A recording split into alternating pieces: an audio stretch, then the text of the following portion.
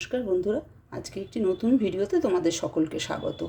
আজকের ভিডিওতে আমি পাপমোচনী একাদশী পূর্ণাঙ্গ সময়সূচি 2026 সালের এবং এই একাদশী তিথি পালন করলে কি শুভ ফল লাভ করতে পারবো, আর পাপমোচনী একাদশীর পালনবিধি এবং পাপমোচনী একাদশীর ব্রত মাহাত্ম্য কথা সমস্ত বিষয়ই আজকের ভিডিওতে আমি আলোচনা করব। এবছর 2026 সালের পাপমোচনী একাদশী তিথি পড়েছে 15ই মার্চ রবিবার।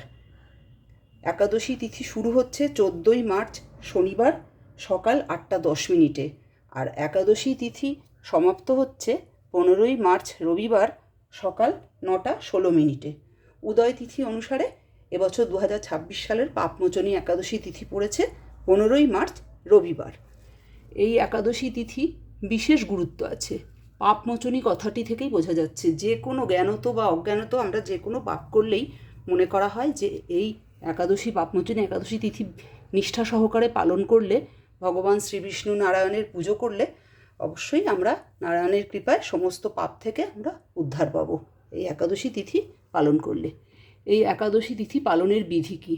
প্রত্যেকটা একাদশী তিথির মতোই এই একাদশী তিথিতেও নির্জলা উপোস থাকতে পারলে খুবই ভালো হয়। আর যারা নির্জলা উপোস থাকতে পারবে না তারা দুধ, ফল, সাবুদানার খিচুড়ি, সাবুদানার পায়েস, মিষ্টি আলু সেদ্ধ, বাদাম এইসব খেয়ে থাকতে পারো খুব সহজেই। এবং এইগুলো যদি রান্না করা যে খাবারগুলো খাবে সেগুলো সৈন্ধব নুন এবং তার সাথে সেগুলোতে অবশ্যই ঘি দিয়ে রান্না করা খাবার খেতে হবে। কোনো তেলের রান্না করা খাবার খাওয়া যাবে না। এই একাদশী তিথি পালন করলে কি হয়? এই একাদশী তিথি পালন করলে বললাম সমস্ত রকম জ্ঞানত অজ্ঞানত সকল পাপ থেকে আমরা মুক্তি লাভ করতে পারি।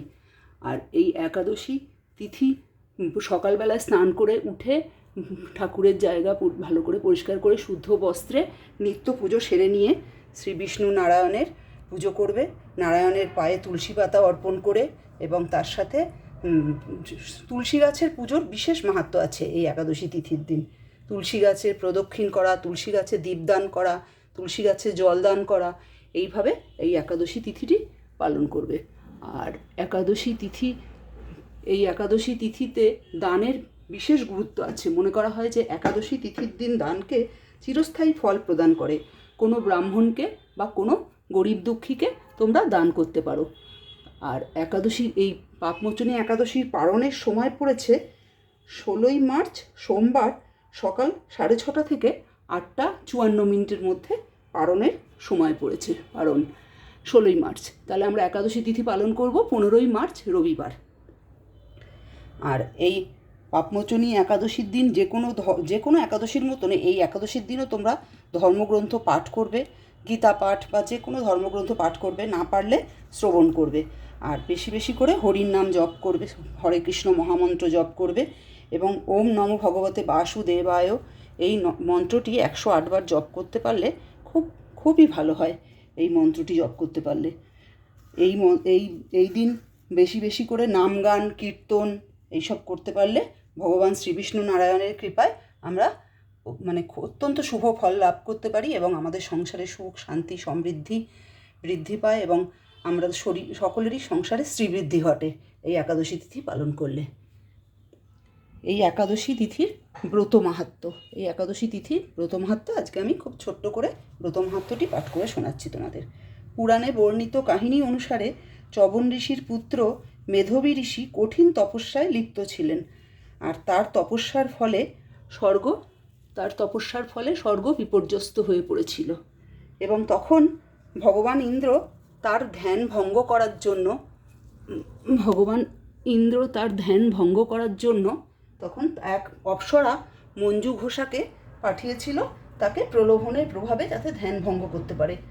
এবার অপ্সরা মঞ্জু ঘোষার প্রলোভনে সেই মেধবী ঋষি তার পার্থিব আকর্ষণে জড়িয়ে পড়েন এবং যখন বহুদিন পর্যন্ত তার সাথে থাকার পরে সে যখন বুঝতে পারেন তখন তিনি গভীরভাবে দুঃখিত হন এবং পাপ থেকে মুক্তির উপায় খুঁজতে শুরু করেন। এরপর দেবর্ষি নারদ তাকে পাপমোচনী একাদশী উপবাস পালন করার পরামর্শ দেন। সঠিকভাবে উপবাস পালন করে এবং ভগবান শ্রীবিষ্ণু নারায়ণের উপাসনা করে মেধবী ঋষি মুক্তি লাভ করেন এবং আধ্যাত্মিক তার শক্তিও ফিরে পান এবং পাপ থেকেও মুক্তি পান। ভগবান বলেছেন যে এই পাপমোচনী একাদশী তিথি সম্পূর্ণ সঠিক নিয়মে পালন করবে এবং পূজা অর্চনা করবে শ্রী বিষ্ণু নারায়ণের এবং বেশি করে নামগান করবে, জপ করবে, তাকে তিনি বিশেষ কৃপা তিনি ভগবানের লাভ করবেন এবং সকল জীবনের সমস্ত ঝামেলা থেকে মুক্তি লাভ করবে এবং অসীম শান্তি পাবে।